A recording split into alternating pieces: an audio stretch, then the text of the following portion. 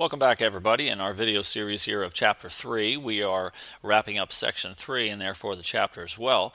We are still in the part where we are talking about the sources of social change, and so far we've talked about all of these except the last two, changes in the physical environment and then wars and conquests.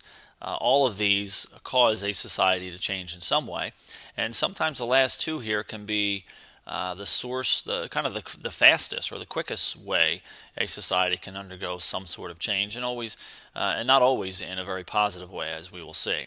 The first one is the physical environment. Now, this is not something that generally the United States has to deal with as much as other countries. We obviously have a very large space in America, geographical space. So if a hurricane were to hit, say, South Florida or North Carolina, certainly those people who are near that area are going to be highly affected.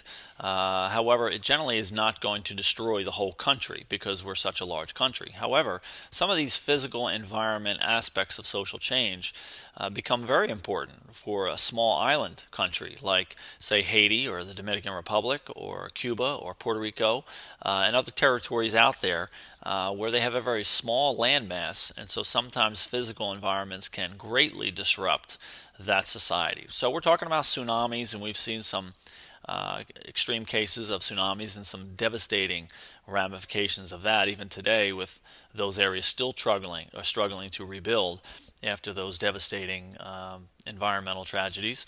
We have major earthquakes like Haiti went through a few years ago. We certainly have big hurricanes, and as well as the whole issue of climate change that might be impacting some physical environments and causing a society to change. Last up, we have wars and conquests, and certainly this could be one of the quickest ways that a society can undergo a change. Now, in America, during World War I and World War II, we had some major changes that were taking place on the home front in terms of the way people were living their lives, with rationing and all kinds of various programs to try to help with the war effort.